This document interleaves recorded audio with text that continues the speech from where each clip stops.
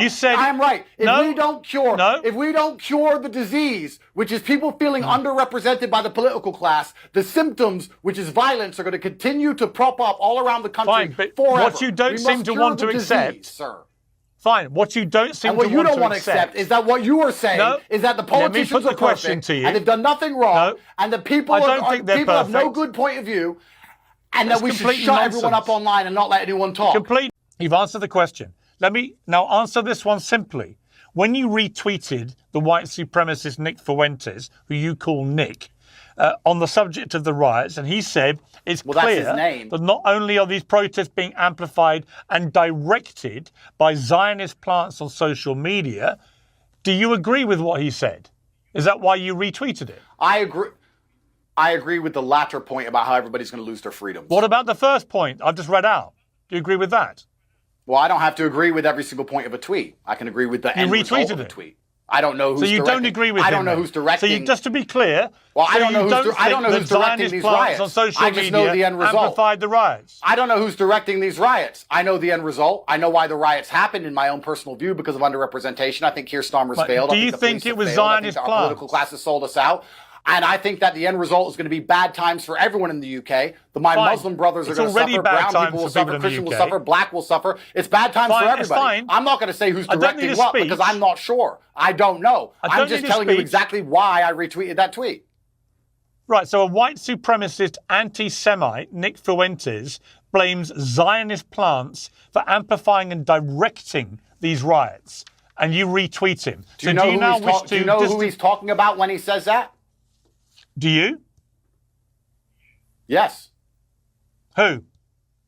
He's talking about Tommy Robinson, who's openly Zionist. Do you believe Tommy Robinson incited these things? Because if you do, you agree with Nick Fuentes. You have just been sitting here saying Zionists have been pushing these riots to be clear, this whole interview, sir. So you just fell into the exact same trap. You agree exactly with what Nick just said. So now you're going to sit here and say, oh, he's a white supremacist to try and get gotcha moments when you fail with your own point of view. Tommy is a Zionist, sir. Tommy is a Zionist. Just to be clear then, just to be clear, when you retweeted this, you believed Nick Fuentes was talking about Tommy Robinson. I believed he was talking about Tommy Robinson, but I only agree with the latter part of the tweet, as I said. Right. But you agree with the first part of the tweet. So to be clear, I don't know why you're sitting here trying to use it as a gotcha when you agree with the tweet yourself. To be clear, then you don't agree when he said the protests are being amplified and directed by Zionist plants on social media. You don't agree with that. No, I think that people had a legitimate concern. Thank you. That's all we need. I think the UK is a powder keg. I don't need another speech, Andrew. You've answered the question. You agree with Zionists. It's fine. You believe that Zionists have solved No need for a speech. You do. No need for a speech. You are an anti-Semite, Let me read to you comments from the influential Muslim commentator who's been on Uncensored, Muhammad Hijab, who said to you this: "My brother, I've always supported you, but you're severely off the mark on the following points. Your acquiescence to far-right figures like Tommy Robinson is haram, as he is an enemy of Islam. Your lack of condemnation of far-right thugs who attacked a mosque and who attack Muslims and Islam more generally. Many far-right hooligans want no peace with us. They consider us to be an impossible subject. Our existence frustrates them. You are one of us. They will never accept you fully until you embrace their beliefs. We worship Allah alone and build our purpose on this. No one can compete with this. I urge you to endorse this message and salvage the situation." Do you endorse his message? Do you now denounce right-wing thugs who committed attacks on Muslims and on mosques in the last week? And do you therefore condemn Tommy Robinson for inciting it? Oh, okay, so firstly, I absolutely condemn all violence, especially against Muslims and against mosques. I know Muhammad Hijab well, and I respect him, and he is extremely versed on the Quran and Islam. He's more versed than I am. I think that by having open conversation with the people I disagree with, I did not see myself as aligning with them, but perhaps this is a perception I need to address, of course. I think anybody who's been violent on either side is doing the wrong thing and is being disgusting. I want to make something clear. Piers, you do this very common trick of me explaining to you why I believe something is happening and then you saying that that's my point of view.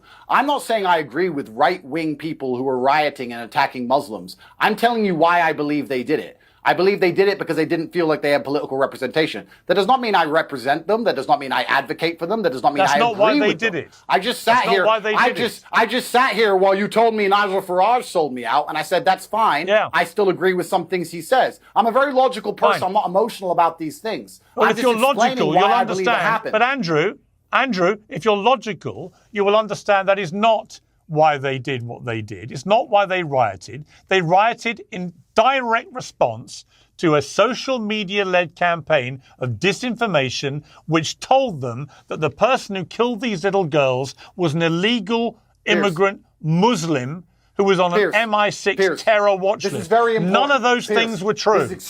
Piers, this is very important, sir. And I consider you in many ways a friend. This is very important. You advocated, please let me finish this, it's 30 seconds. You advocated for the vaccine and you got people killed. You are now going to be advocating for people to lose their freedom of speech online. And there's not going to be anyone's going to be allowed discourse anymore. Because you're sitting here pretending that somebody making a video being upset about little girls dying is the reason the UK was set on fire and not the failure of politicians across generations, sir. That is a fallacy. It was you know it is a fallacy and it is dangerous. It is dangerous for you to even push this, Piers. Because we're going to end up in a world where no one is allowed to talk anymore. And it's going to be people like you who advocated for it. And when everyone's sitting at home without a point of view, then the slavery is going to be fully implemented on the populace. And you are a bad person for trying to get people's point of view taken off the internet. No, fine. The crux of Andrew Tate's argument is that mass immigration has significantly altered